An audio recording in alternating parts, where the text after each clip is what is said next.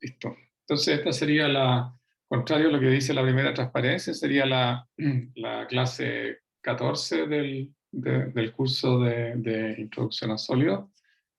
¿Qué es lo que habíamos visto, digamos, ¿cierto? ¿Qué es lo que estábamos viendo? Estábamos viendo esta cosa de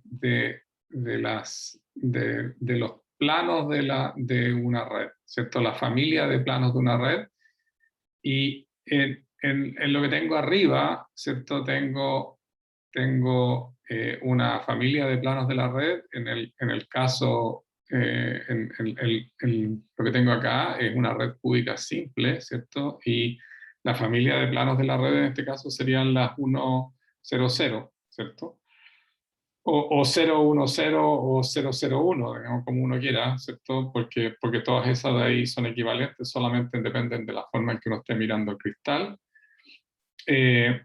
Otra familia de planos son estos que tengo acá, que serían los 110, ¿cierto? Que también son planos porque toda esta familia de planos es la que contiene a todos los átomos del cristal. Y por último, en el caso de la cúbica, la 111, que también está descrita de esta manera, digamos, ¿cierto? Que en el fondo es ese triangulito que se forma ahí en la diagonal. Entonces, esto de aquí son sencillamente familias de planos para la red cúbica. Para la red BCC, uno puede ver también que estos planos de aquí, los planos 1, 0, también son planos de esta red, pero no necesariamente esta de aquí, este conjunto de planos, los 100, constituyen una familia de planos para la red BCC. Y la diferencia fundamental de esto es que la familia de planos así escogida deja fuera, ¿cierto?, a los átomos que están en el medio de la red, y eso tiene que ver en el fondo con la forma en que nosotros escogemos las celdas unitarias al definirlo, y eso era lo que estábamos viendo antes, que solamente si uno escoge una celda primitiva, que en el caso de las redes cúbicas, que es lo que estamos viendo nosotros en este semestre, tenemos 3 redes cúbicas nomás, ¿cierto? Tenemos, no así, sino que 3. Las 3 redes cúbicas tenemos la cúbica simple, la FCC y la BCC. Todas ellas las vamos a representar en general por vectores que son, pero me estoy adelantando a lo mío, digamos. Ya, eso era lo que habíamos visto. Veamos, porque eso, todo lo que le estoy diciendo está en el resto de la lectura. La otra cosa que vimos era la distancia que tiene que haber entre los planos, ¿cierto? Y si uno define un plano con esta condición geométrica, o sea, un plano en términos geométricos se define como todos los puntos en los cuales g.x es una constante, ¿cierto? Donde g podría ser cualquier vector. G sencillamente da la dirección normal al plano, y x son todos los puntos que pertenecen a ese plano. X, o sea, estamos en el espacio tridimensional, ¿cierto? Entonces, ese sería un conjunto si lo defino de esta manera, todos los planos que tienen esta gracia, eso define un conjunto de planos, ¿ya? Ahora, este G en general es cualquier vector en el espacio, ¿cierto? Y uno dice, bueno, si es que tengo esta cosa con la condición, eso significa que I elevado a G, o sea, G.x es igual a 2mπ, digamos. Esa es la verdad, ¿cierto? Porque esa es la única forma en que esta cosa sea siempre cierta. Y nosotros vimos eso la vez pasada. Entonces uno puede hacer este análisis de que la distancia entre planos es cuando cambio el valor de la constante en 1 nomás, digamos, ¿cierto? Porque si digo que los planos tienen que cumplir con esta condición, la separación entre 2 planos consecutivos es sencillamente es aumentar el g.x en 1 nomás, ¿cierto? Antes era 2mπ y ahora 2m más 1π, digamos, ¿cierto? Eso es lo que tiene que cumplirse, ¿ya? Entonces, eso es lo que está dibujado aquí. Entonces, lo que uno puede encontrar definitivamente es que bueno, hay un plano que pasa por el origen, hay este plano que está aquí, los dos planos consecutivos van a estar separados por esta distancia. ¿Por qué distancia? Por 2pi partido por g. Eso es lo relevante cuando uno define un plano de esta manera, ¿ya? También esto es parte un poco del repaso, ¿ya? Ahora nos encontramos que los puntos que pertenecen a la red recíproca, ¿cierto? Cuando estas cosas pertenecen a la red recíproca y uno quiere escoger una familia de planos, que sea una familia de planos, ¿qué es lo que es una familia de planos? Una familia de planos es algo que contiene a todos los puntos de la red. Uno tiene que escogerlos de tal manera, una vez que uno tiene la dirección normal, uno tiene que escogerlo de tal manera que uno escoja el mínimo valor de g en una dirección, ¿cierto? Ups, era para el otro lado la cosa, aquí. El mínimo valor de g en una dirección sería este, ¿cierto? En la dirección 1, 0, 0, ahí pongo el mínimo valor de g, y el mínimo valor de g me pone un plano en este y un plano en este. Ahora, si yo aumento el g al doble, dense cuenta que qué es lo que pasa con la dirección entre g. La dirección entre plano es 2pi partido por g, ¿cierto? Entonces, ¿qué es lo que hago ahí? Si tengo esta la situación original y aumenté el g al doble, le pongo un plano al medio.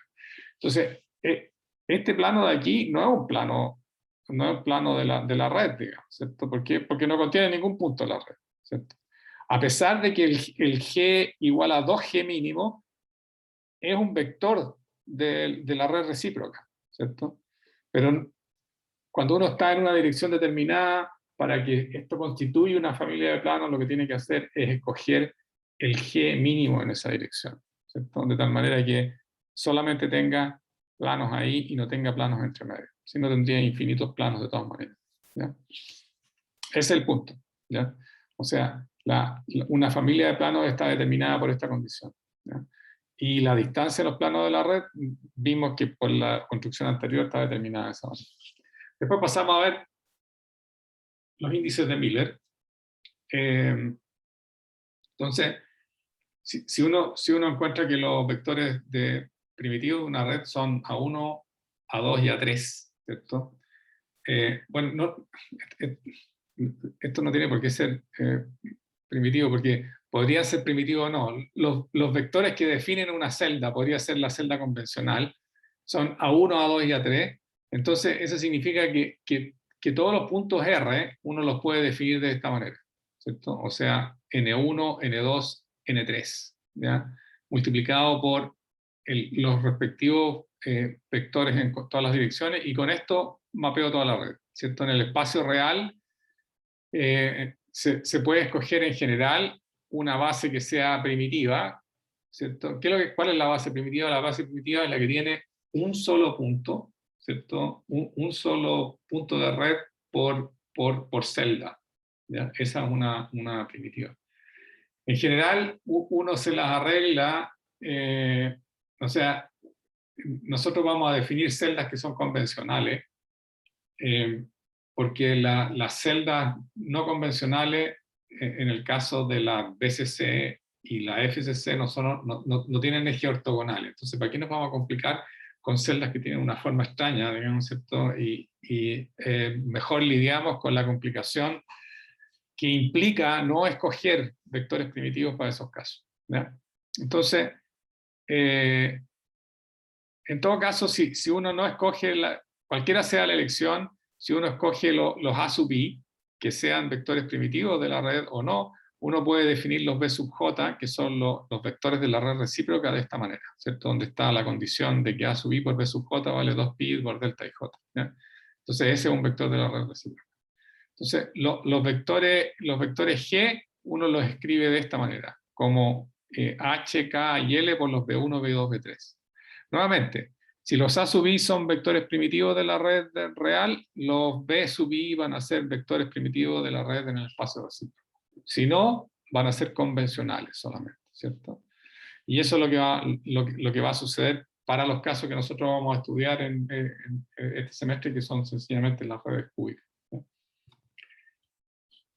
Hay otra cosa que tiene que ver con la notación, que que es relevante, porque aquí están todos los libros, digamos, así que más vale que uno la considere apropiadamente. ¿Qué es esto que tengo acá? Que las direcciones en el espacio real se simbolizan de esta manera. En vez de escribir todo esto con los vectores A sub i, etcétera, uno escribe v y w y lo escribe con paréntesis cuadrados, ¿cierto? Los paréntesis cuadrados significan direcciones en la red real, ¿ya? Y los paréntesis redondos, uno entiende que lo que se está refiriendo aquí son direcciones en la red recíproca. Y nosotros ya hemos visto, ¿cierto?, que las direcciones en la red recíproca están asociadas a planos de la red, ¿ya? O sea,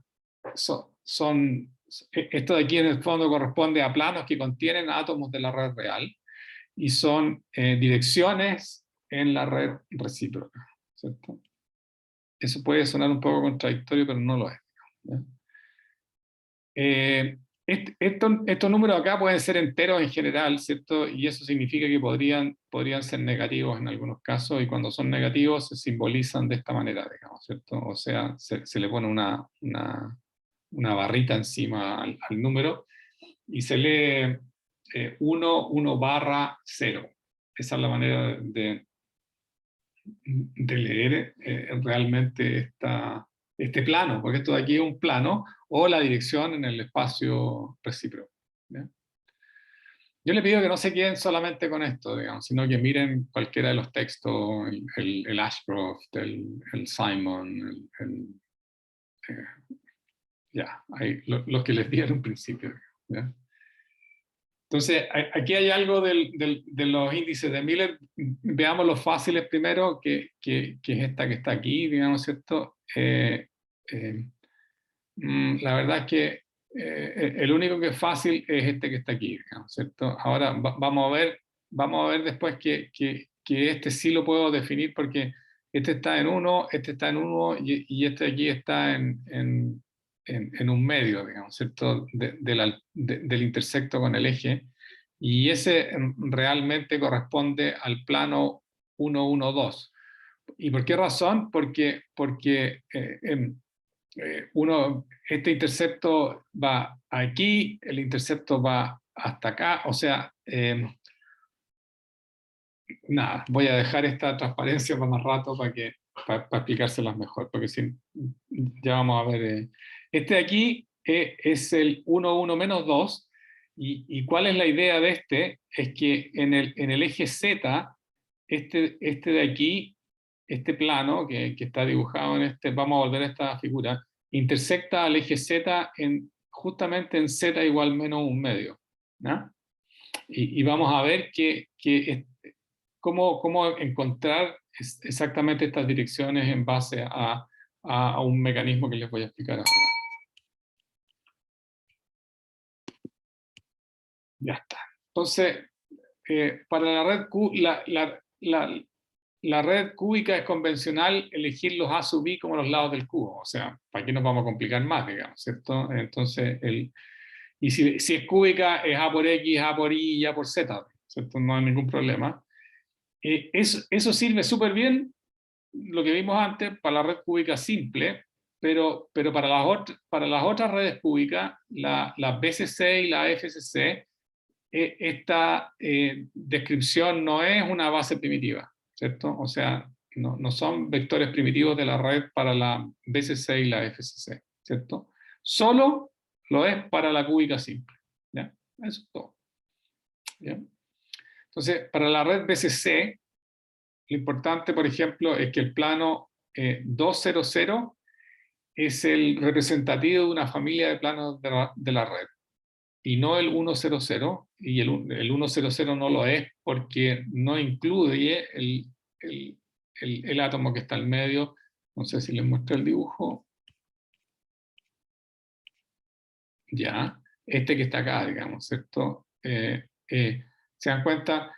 Este de aquí, este plano de acá no está contenido, ¿ya? Si uno usa esto como los planos ¿y por qué sucede eso? A pesar de que estos sean vectores, porque la red no es una red convencional, ¿cierto? Entonces tengo que ponerle un plano más acá al medio, significa que tengo que aumentar la distancia del vector de la red recíproco para incluir este plano, ¿cierto? Y por eso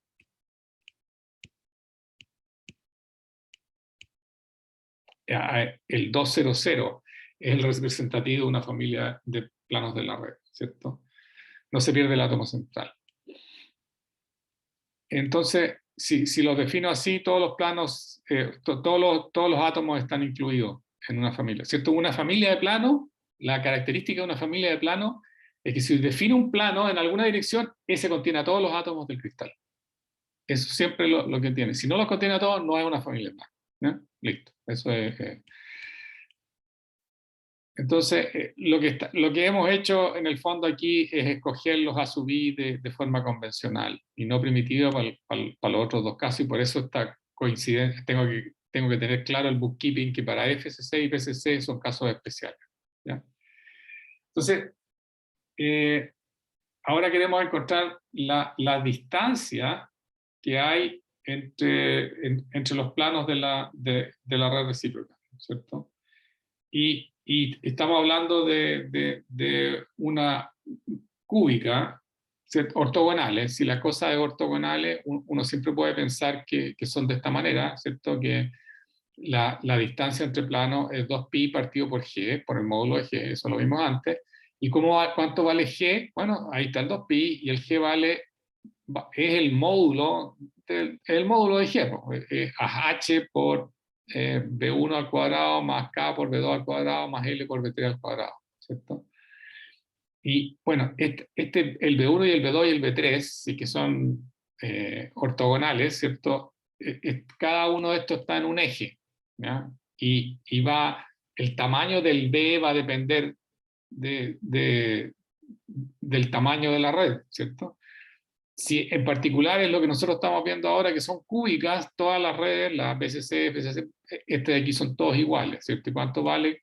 En el caso ortogonal cúbico vale 2pi. Bueno, esto todavía es ortogonal, ¿cierto? 2pi partido por a sub i, donde uno puede pensar que el vector en cada uno de los ejes es diferente, ¿ya? Entonces, pero todavía son ortogonales, así que esto sigue siendo válido. Y ahora lo que yo puedo pensar, y ahora supongamos que esta cosa, bueno, esto lo puedo escribir, ¿cierto? Nuevamente. ¿Por qué cancelé el 2pi? Por la definición de los b sub i, ¿cierto? Reemplazo esto acá adentro y me quedan eso, h dividido por cada uno de los a sub i. Y ahora que tengo esto, asumo que la red es cúbica. Y cuando la red es cúbica, cada uno de estos, el a sub 1, el a sub 2 y el a sub 3, van a ser iguales, ¿cierto?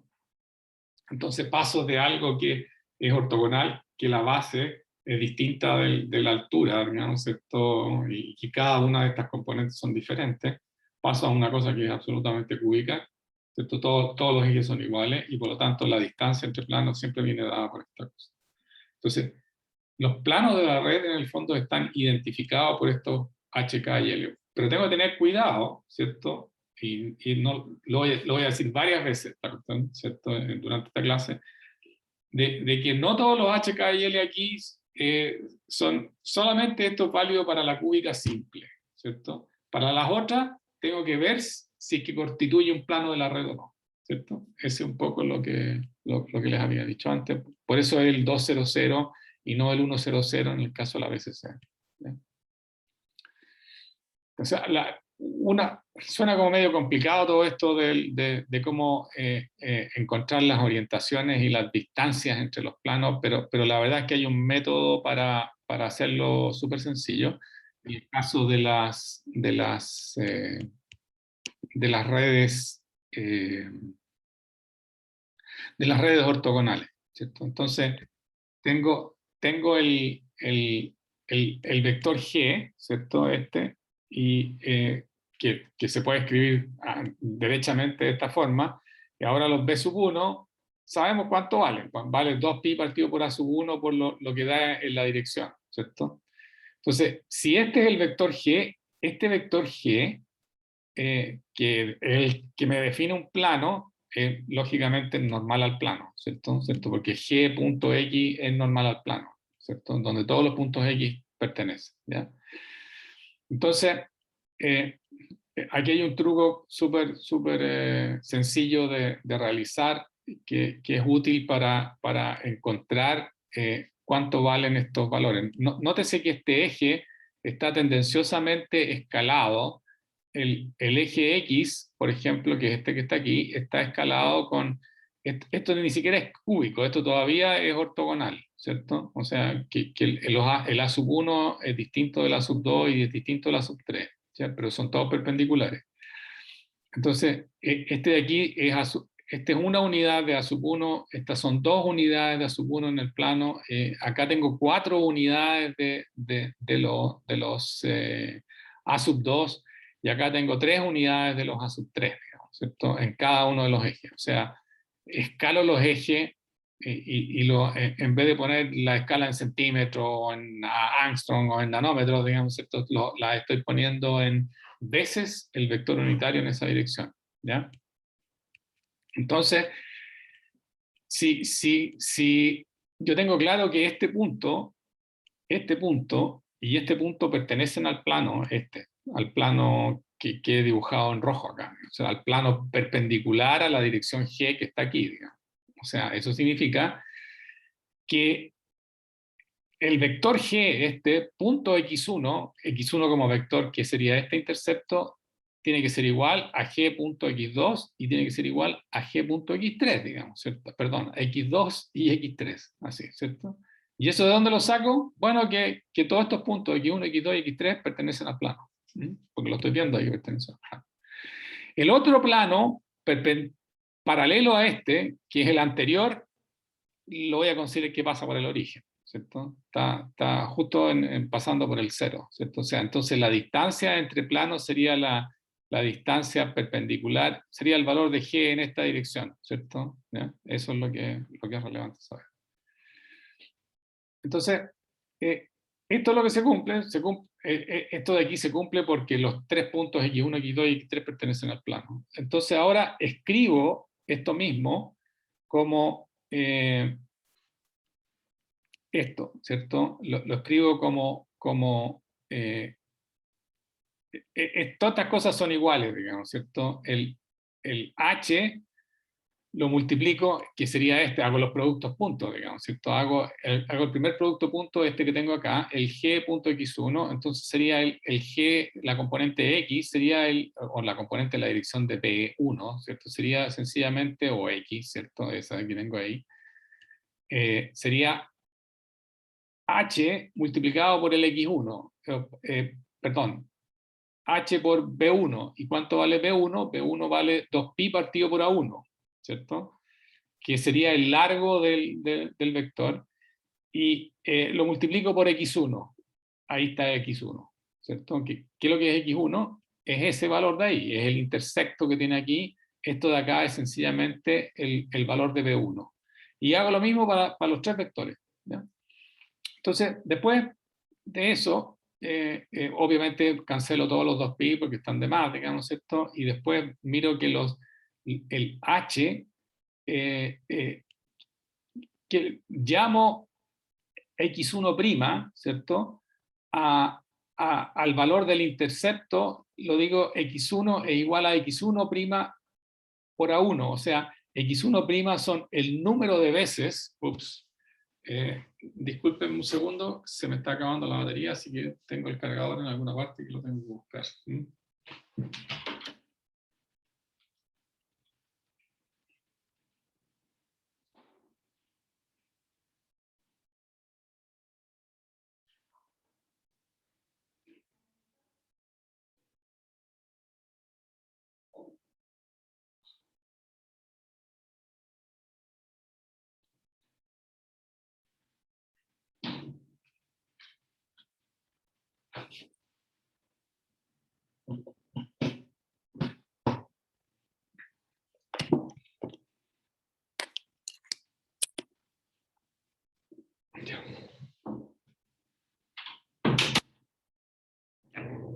Disculpen. Entonces, lo que hago escribo todo en términos de este número que en el fondo dice el número de veces que el intercepto es igual al vector unitario en esa dirección, ¿cierto? Porque tiene, en el fondo yo tengo claro que este de aquí tiene que ser un número entero, digamos, ¿cierto? Escrito de esta manera, ¿ya? Entonces, nada, vuelvo a reescribir esta ecuación de esta forma de aquí, donde el x1', el x2' y el x3' es sencillamente las distancias del intercepto medidas en unidades de los a sub i. Eso es lo que son estas cosas. Entonces, el h es al k, es al l, como el 1 partido por x1' es a 1 partido por x2', es a 1 partido por x3', ¿cierto? Esa es, entonces, este x1 yo sencillamente lo puedo escribir como el número de veces que tengo que multiplicar el vector a1 para encontrarlo, ¿cierto? Para encontrar el intercepto, ¿no? Entonces, estos números de aquí son números enteros, los x1', ¿ya? Entonces, para el caso de la figura, el h, que sería el x, ¿cierto? Es al k, es al l. Este de aquí daría 2 veces, el i2 serían 4 veces, ¿cierto? Y el z serían 3 veces, ¿cierto? El x3', ¿no? Entonces, lo que me indica es que los valores h, k y l están en esa razón. ¿Y qué es lo que hago después? Bueno, multiplico por el mínimo común, no sé si es divisor o multiplicado, o factor, digamos, el factor común mínimo realmente, ¿cierto? O sea, bueno, puedo pensar aquí 2 por 4, 4 por 3, 12, por 2, 24. Puedo probar con 12, con 12 me funciona. Entonces con 12 me queda aquí 6, tengo que coger el mínimo el factor común mínimo, ¿cierto? Entonces, si escojo el 12, me van a quedar que los h, k y l son los 6, 3, 4. Entonces, de esta manera, uno, mirando el gráfico de donde los planos de la red intersectan a los ejes coordenados, puedo encontrar en el fondo cuál es el plano de que se trata, ¿cierto? Y lo importante es que esto de aquí, bueno, obviamente hay que tener generalmente lo que va a suceder es que el tamaño de la sub 1, de la sub 2 y de la sub 3 cuando se trata de redes cúbicas van a ser los mismos, ¿cierto? Así que va a ser mucho más sencillo encontrar esto, digamos, hacer un número de veces nomás, ¿cierto? En alguna dirección, ¿ya? Pero hecho de esta manera sirve para todos los planos de la red. Ahora quiero encontrar la distancia que hay entre el origen y este plano. La distancia que hay entre el origen y ese plano es igual a la distancia que hay entre planos, en este caso particular, ¿no? Entonces, la distancia entre planos sería 1 partido por d634 al cuadrado, ¿ya? Aquí lo que es igual eso, esa es la distancia al cuadrado. ¿Y de dónde saco eso? Es sencillamente el largo del vector g, ¿cierto? Que es... a ver,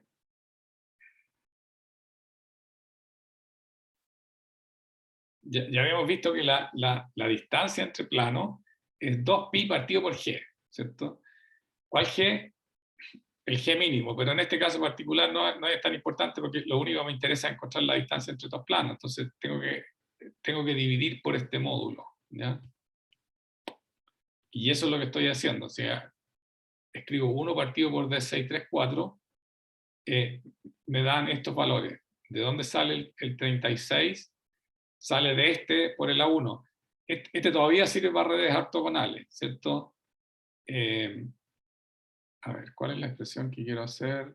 ¿Dónde quiero escribir eso? Bueno, en el fondo es 2pi partido por g, por este g. Ya, listo.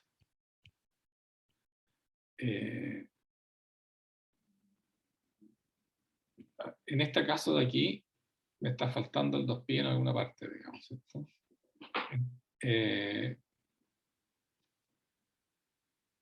No.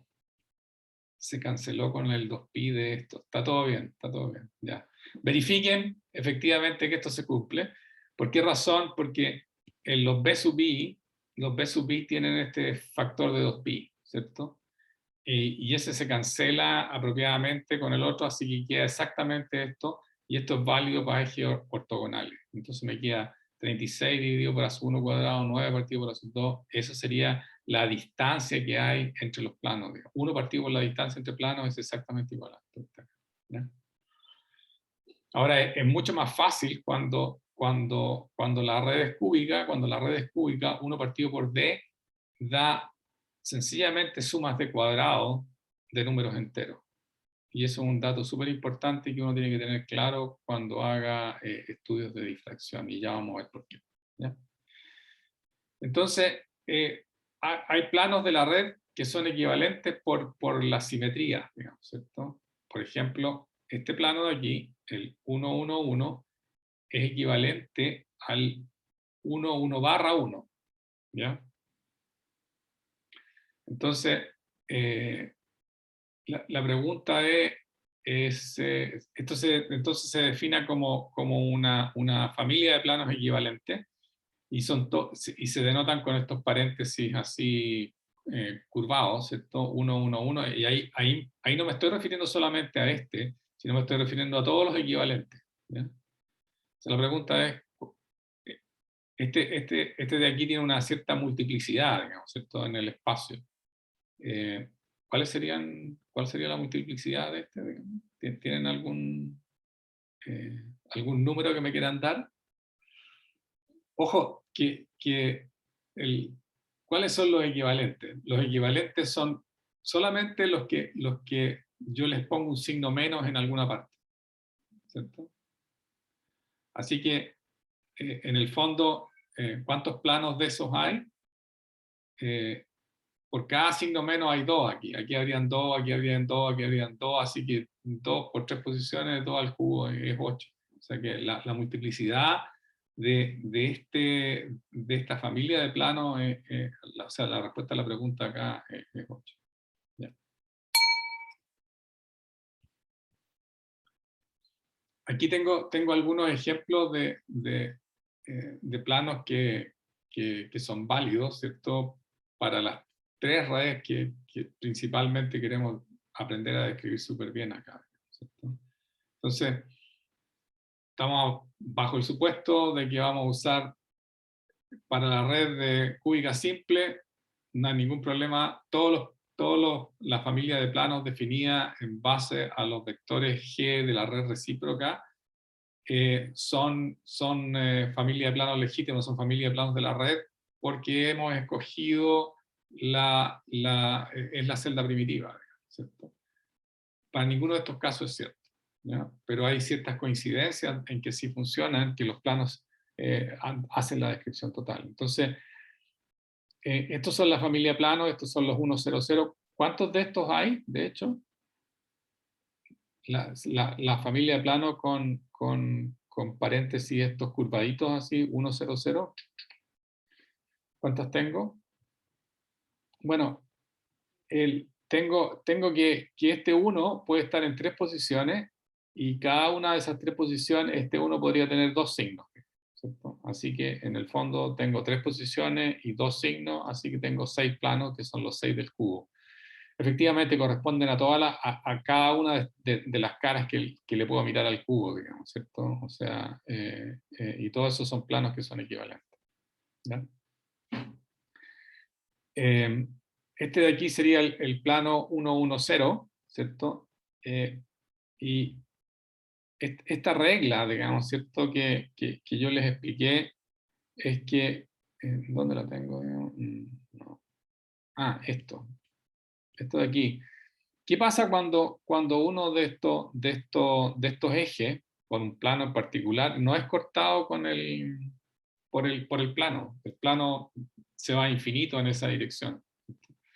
Que uno de los casos que tenemos, bueno, uno tiene que pensar que cuando cuando el plano se va, o sea, eso, que cuando el plano se va a infinito, este de aquí, eso significa que el x1 se va a infinito, o sea, significa que en el fondo el 1 partido por x1 vale 0, ¿cierto? O sea, uno podría reemplazar derechamente el h en ese caso por un 0, ¿ya?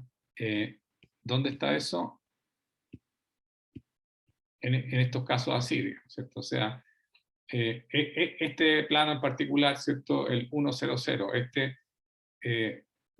si ustedes se ven bien, intersecta el 1, si este es el origen, ¿cierto? Intersecta el 1, intersecta el 1, y el otro se va a infinito, ¿ya? Entonces, tiene 2 con un 1 y uno que se va a infinito. Y ese, bueno, lo podemos multiplicar por ese infinito, y me va a quedar infinito partido por infinito, y me va a quedar 1, 1, y el 0 me va a quedar, ¿cierto? Porque lo único que hago es multiplicar por el mínimo común múltiplo, digamos, ¿cierto? Que hace que yo pueda definir dónde están las direcciones definidas aquí, ¿cierto? Para pasar de esto a esto. Supongamos que este, en vez de ser un 2 aquí, fuera infinito, en este caso. Entonces, ¿qué es lo que tengo que multiplicar? Tengo que multiplicar por algo que me haga la gracia de que lo pueda escribir de esta manera, ¿cierto? Entonces, cualquier cosa que tengo ahí es 0, así que lo único que tengo que hacer es encargarme de esto. ¿No? Esa es la idea. Entonces aquí se muestra, por ejemplo, que este de aquí es un plano que es perfectamente bueno, el 1, 0, 0, pero el 1, 1, 1 no es un buen plano, porque el 1, 1, 1, en el caso de la red BCC, pierde el átomo del medio, ¿cierto? Los planos buenos de la red, por el hecho de ser la red esta convencional, tiene que ser el 2, 2, 2, ¿cierto? Y el 2, 2, 2 sí incluye todo.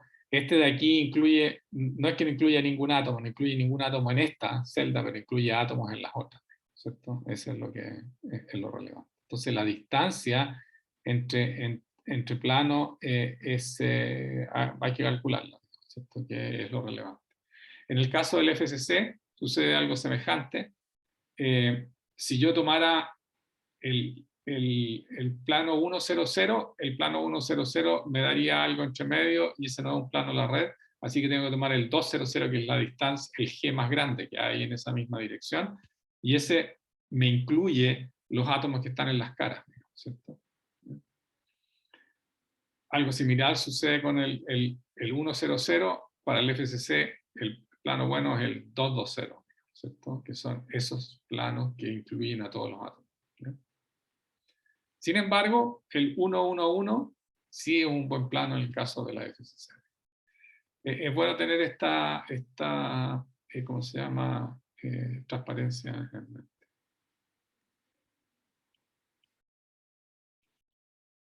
Entonces, lo que estábamos viendo realmente son los aspectos geométricos de la, de la red recíproca, ¿cierto? Y ahora lo queremos conectar realmente con propiedades reales. Si ustedes se acuerdan de lo que vimos de las vibraciones, vimos la cosa de escribir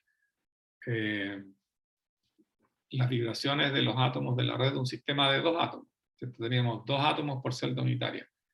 O le cambiábamos las masas o le cambiábamos las constantes, de tal manera que en el fondo la simetría fuera que para definir una celda unitaria que fuera única y con esa todo el sistema, tenía que incorporar 2 átomos por celda unitaria. Y eso daba origen a una rama que era la rama que llamábamos la rama acústica, y después teníamos sobre ella la rama que llamábamos óptica. Y podíamos encontrar todos estos valores aquí dependientes de los parámetros del sistema, que lo único que tenían era constantes, ¿cierto? Y en el caso nuestro eran 2 constantes, la constante K2 y la constante K1. En el fondo, estas frecuencias están determinadas por la razón K partido por M, o sea, cambiando la masa o cambiando la constante de acoplamiento elástica entre los átomos, genero esta celda que tiene 2 átomos por celda unitaria. Encontrábamos que esto tenía una periodicidad y seguía repitiéndose ad infinitum, ¿cierto? Pero nosotros sabemos que la solución tenía que tener un número determinado de valores de K, y el número determinado de valores de K son los que caben en la primera zona de Brillouin, ¿cierto? Porque todas las que vienen, bueno, los valores de K, esto de aquí había que dividirlo por el número ¿cómo se llama?, de celdas unitarias en el sistema, no por el número de átomos, ¿cierto? Entonces, si yo dividía pi partido por A por el número de celdas que yo tenía en mi sistema, lo que me va a dar son números muy cercanos uno de los otros, que son los valores de K permitidos, ¿ya? Pero cuando yo me paso de la primera zona de Brillouin, me paso de más pi partido por A hacia acá o hacia allá, ¿qué es lo que comienzo a hacer? Bueno, me comienzo a repetir, porque todo lo que tengo en este lado corresponde a lo que está aquí, ¿cierto? O sea, cuando yo cambio los valores de K, de mi onda, para resolver el problema de vibraciones, en un vector de la red recíproca, este de aquí es equivalente al que yo obtendría si yo la representara en esta zona repetida, ¿cierto? Entonces, lo único que necesito para representar los datos de las vibraciones es todo lo que sucede en la primera zona de Brillouin, ¿ya? Ese es el caso que, esto, lo que les estoy diciendo aquí no es nuevo, esto ya lo vimos ya hace como un rato, ¿ya? Ahora, esto de aquí también lo puedo representar de esta manera, digamos. ¿Cuál es esta manera? Bueno, esta es lo que llamo la zona extendida, y lo pongo en la segunda zona. Lo que tengo que tener claro es que para cada valor de K, lo que tengo que tener es un valor, ¿cierto? O sea, para cada valor de K, tengo dos modos vibracionales en este caso, ¿cierto? Y eso es porque tengo dos átomos por celda unitaria. Entonces, esto de aquí son esta es la forma que tiene el espectro en el caso de las vibraciones, ¿cierto? Entonces, lo que quiero hacer es que la cosa geométrica que nosotros estábamos considerando, no tengo claro si comando de la hora. Estoy bien, ya. La cosa geométrica que yo estaba considerando es cómo se relaciona con las propiedades realmente físicas de mi sistema. Entonces, nada, eso de aquí es un resumen de todo, digamos, y sencillamente lo único que quiero destacar es el valor de definir la red recíproca, ¿cierto? Desde el punto de vista de la descripción de las propiedades del sistema, ¿ya?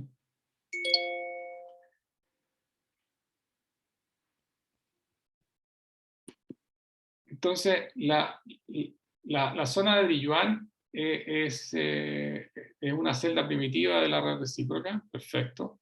Y cuando cambio el K a un K más un valor de G, no cambia la onda en el cristal, ¿cierto? Entonces, todo eso lo vimos en el caso todo esto aquí es lo que ya les he dicho en el caso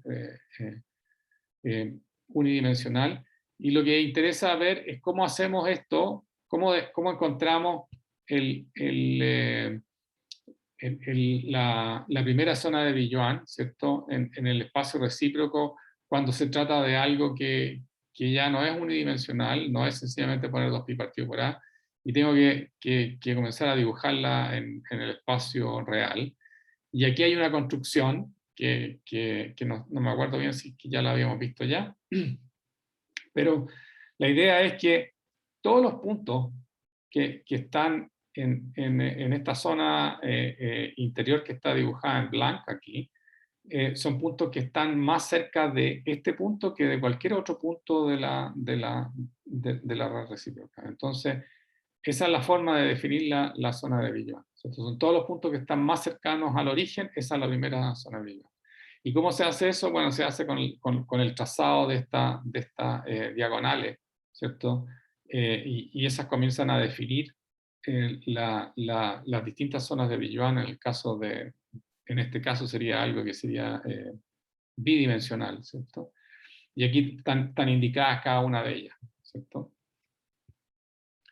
Ahora, en el caso de la red tridimensional, en el caso de la red tridimensional, de una cúbica simple, la, la, la primera zona de Brillouin en el espacio recíproco es un cubo. Cuando se trata de la red real, que es una red FCC, la primera zona de Brillouin es la Wigner size, la construcción de Wigner size de una BCC. O sea, es como si uno pusiera una red BCC y construyera en el espacio recíproco la red de Wigner sites. Y eso es la Wigner site cell de una BCC. Esa es la celda unitaria en el espacio tridimensional. Y ojo con esto, digamos, ¿cierto? Que esta dificultad, digamos, ¿cierto? Esta forma especial, eso es lo que nos obliga, o sea, no lo que nos obliga, lo que nos indica que sería bueno usar otra forma de describirla, de usar celdas convencionales, porque estas formas no son demasiado sencillas, digamos, ¿cierto? Pero bueno, esta es la primera zona de Brillouin, y lo importante de esto es que tiene puntos extremos, digamos, ¿cierto? Que son estos que están dibujados acá. Hay una forma de ponerle nombres a esto, pero no es el caso en este minuto. Gamma sería el centro, ese estaría en el origen. L, en este caso, esta es la primera zona de Brillouin de la red BCC, ¿cierto? Está en la cara del hexágono, X está en la cara del cuadrado, ¿cierto? Y K está justamente en esta... en un lado del hexágono, ¿ya? Entonces ese es un punto K, ese es un punto gamma, ese es un punto X, ¿ya? Entonces, si uno quiere describir las propiedades electrónicas de este sistema, por ejemplo, uno se encuentra con cosas como esta, ¿cierto? Ahora, ¿cómo dispersan? Antes vimos cómo dispersaban los estados sencillamente en una dimensión.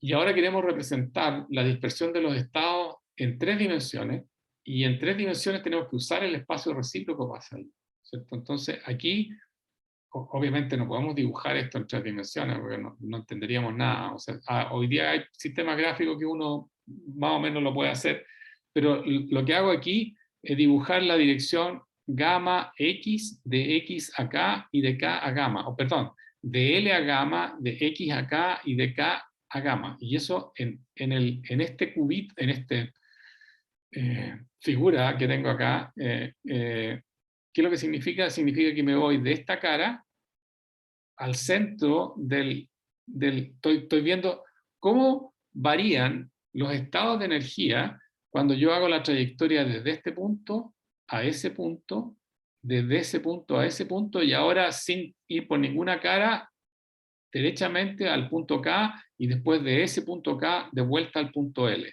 ¿cierto? Y lo que estoy mirando es cómo se ve esta construcción tridimensional, pero cortada en las direcciones que yo estoy tratando, ¿eh? Entonces, una de las formas de describir eso es esto. Esto de aquí, en el fondo, es la estructura de bandas de un sistema tridimensional, digamos, ¿cierto? Y en este caso particular, esta es la excitación electrónica del diamante, ¿cierto? Que es una red FCC que tiene esta simetría, ¿cierto? También podemos hacer lo mismo con los fonones, porque en el fondo lo único que nos importa es que cuáles son los valores de K permitidos en el caso de la red tridimensional. Y estos son los valores de K permitidos, ¿cierto? Miren, por ejemplo, el diamante es una red FCC con una base, ¿ya? Eso significa que si es una red FCC con una base que tiene 2 átomos por cada celda unitaria que estoy considerando, ¿cierto? Porque tiene uno que está corrido en un lado. Entonces, tengo 2 átomos, y por cada uno de estos átomos, contamos modos, digamos, ¿cierto? Tengo 3 grados de libertad. Tengo el X y el Z, el X y el Z, tengo 6 grados de libertad. Entonces, en el fondo tengo que tener, ¿cuántos modos vibracionales? Tengo que tener 6 modos vibracionales. Y eso es lo que tiene generalmente esto, a menos que 2 de esos modos tengan la misma energía. Si uno mira algo aquí como en el medio, digamos, ¿cierto? Como este punto aquí, están todos los modos claramente definidos. Ahí tengo 1, 2, 3, 4, 5 y 6. Una línea vertical en este punto de acá. En otros lados, estos coinciden, este de aquí coincide con ese, etcétera. O sea, en otro lado podrían aquí, cuento las líneas 1, 2, 3, 4. Entonces hay una mezcla entre los dos. Cosa importante, cuando llega al punto gamma, desde este lado de acá, donde no son degenerados, ¿cierto? Uno puede ver claramente que aquí tengo 3 modos llegando, ¿cierto? Hay 3 modos vibracionales en la misma, llegando al gamma. O sea, tengo esto de aquí son ramas acústicas. Tengo 3 ramas acústicas en el caso del diamante y tengo 3 ramas que son ópticas, ¿ya? Para tratar de compararlo con lo que teníamos antes en el caso de la cadena diatómica, ¿cierto? Cuando tengo 2 ramas, porque tengo dos átomos y 2 dimensiones, por algo tengo 2 ramas, punto, se acabó. Acá tengo 2 átomos, pero tengo 3 dimensiones y por lo tanto son 6 los modos vibracionales. 3 de esos modos son modos acústicos y 3 de esos modos son ópticos. Y yo creo que en el fondo esto de aquí es algo para mostrarle hacia dónde queremos llegar, ¿cierto? Y qué es lo por qué esta cosa de la red recíproca es tan útil y esta álgebra que estamos haciendo de planitos y cosas de aquí es relevante. La relevancia más importante de esta cosa de los planos la vamos a encontrar en lo que viene en la próxima clase, que tiene que ver con cómo se aplican estos planos en los vectores de la red recíproca que definen planos de la red para estudiar el problema de difracción en sólido, ¿ya? Y ahí van a ser altamente relevantes cada uno de ellos. Ya chicos, esa es la clase de hoy. Nada. No sé si tienen preguntas, si quieren detenerme, si quieren decirme algo. Realmente he hablado mucho de tiempo. Ok. El silencio otorga, digamos, ¿cierto? Entonces, los estaría viendo el próximo martes. ¿Ok? Listo. Chao, chao, que estén bien. Ya, profe, chao.